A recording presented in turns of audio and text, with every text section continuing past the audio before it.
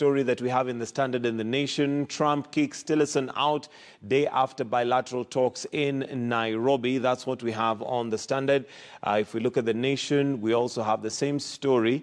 If we can flip to the Nation, just to see where it is. But as we get that done, maybe coming to you, and we mentioned this, Nerima, you did mention that Trump's leadership style is definitely also very authoritarian, very abrasive.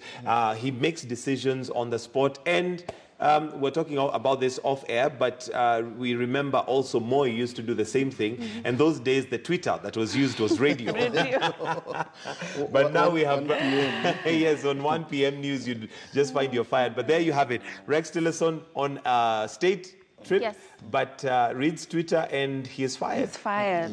I believe that we go through cycles, and again, most American people voted for him because they felt that they needed someone who was authoritarian, someone who said what he meant and did it anyway, even though nobody was not shy to take decisions. So he's behaving exactly what his voters wanted him to do, and they're excited about that. For them, they wanted somebody firm because the Republicans feel that Democrats are a little bit too diplomatic. Right. They constantly try to find ways to agree with people and parties, and for them they find that people pleasers. It's yes, like they want to please everybody, and it's not possible to do that. Exactly, and Republicans find that an actual weakness. So I'm sure that there are people who don't mind the actions that he has taken, but I know that there's going to be an uproar with the way it was done, because for announcements such as this, as a high position such as that, cannot be made on Twitter, and it was. But that's Trump for you. It's Trump. And then when you're seeing some of his actions with actually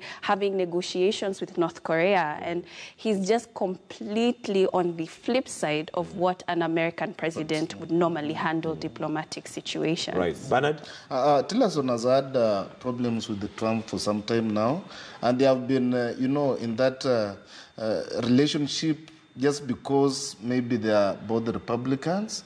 But we have had accusations, Trump trying to defend himself of not having sacked Tillerson sometimes back. I think, was it in October? Yeah. There were rumors that he had been sacked, but he came out and said, no, I've not sacked Tillerson. We are still working together. We are still friends. But I saw this coming because of the background and the experience that they have had. But this is not uniquely in America. You remember in 2012 when Wetangula was on a trip in Mali, and there was a coup.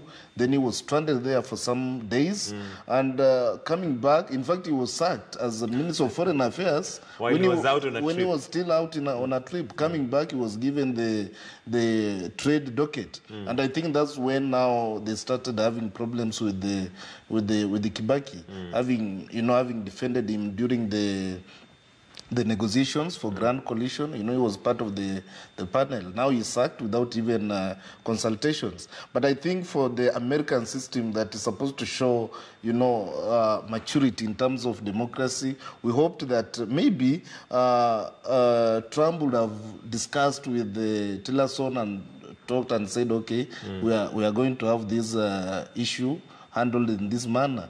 But, you know, just sucking through a Twitter handle is not fair. Rather harsh. Even to the family, you know, they feel, you know, this is a lot of disrespect. Yeah, absolutely, especially for such a high position. But also, Tillerson handling it quite maturely. Maybe he saw it coming as well. No, he saw it coming. Yeah. So he's pretty much handling it well, I guess we could say from that statement, because he has already given his administrative handover has started. And I wish we would get to a point where we also had mature politicians where when something like that comes up, you can still have it done in a mature manner. Yeah, I don't think he had a choice. He had to handle it well, because if he went back and forth President Trump, he does not tire. He retaliates. So he would have probably gone and back you'd be on the Twitter. receiving end of the stick, to be honest. Yeah. So you do not want to be in a combative argument with Trump. In fact, just be quiet. That is strength. Yeah. All right.